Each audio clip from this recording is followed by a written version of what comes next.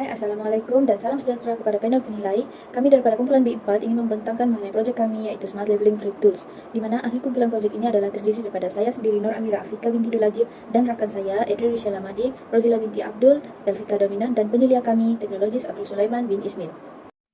Pengenalan untuk proyek kami ini adalah pada masa kini kerja-kerja di tapak pembinaan banyak melibatkan prosedur.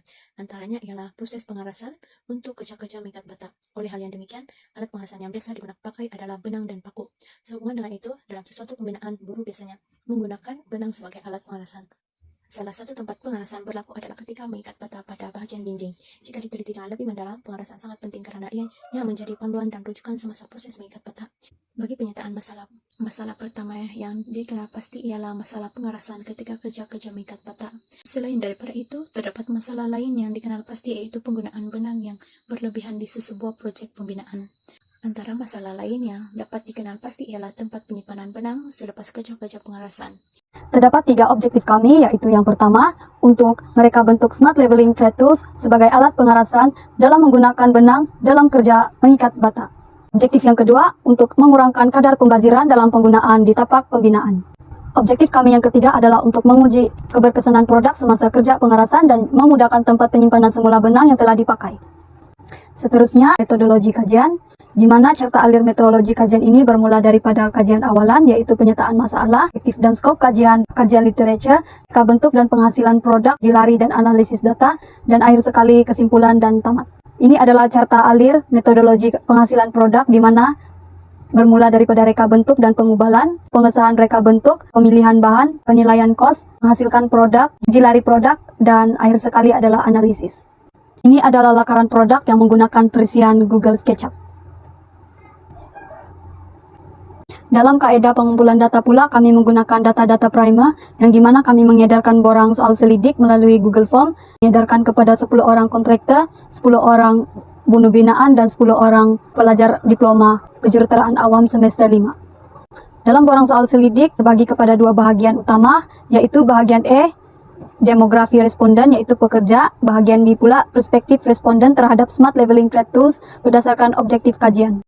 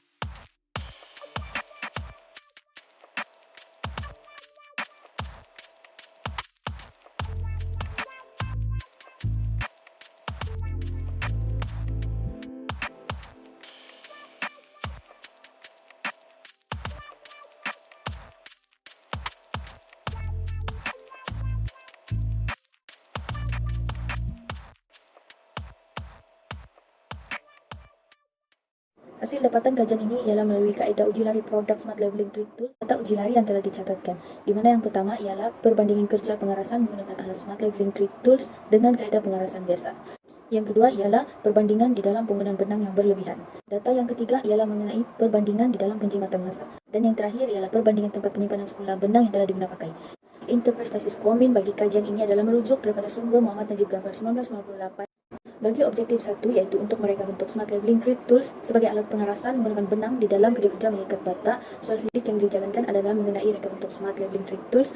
Secara keseluruhan, responden bersetuju dengan jumlah skomin sebanyak 3.84 skala Likert. Responden bersetuju dengan objektif pertama bagi kajian ini. Bagi objektif 2, untuk menghasilkan produk yang mampu mengurangkan kadar pembaziran di dalam penggunaan benang apabila kerja pembinaan ditapak, di mana soal selidik yang dijalankan ialah mengenai penghasilan produk Smart Labeling Trade Tools.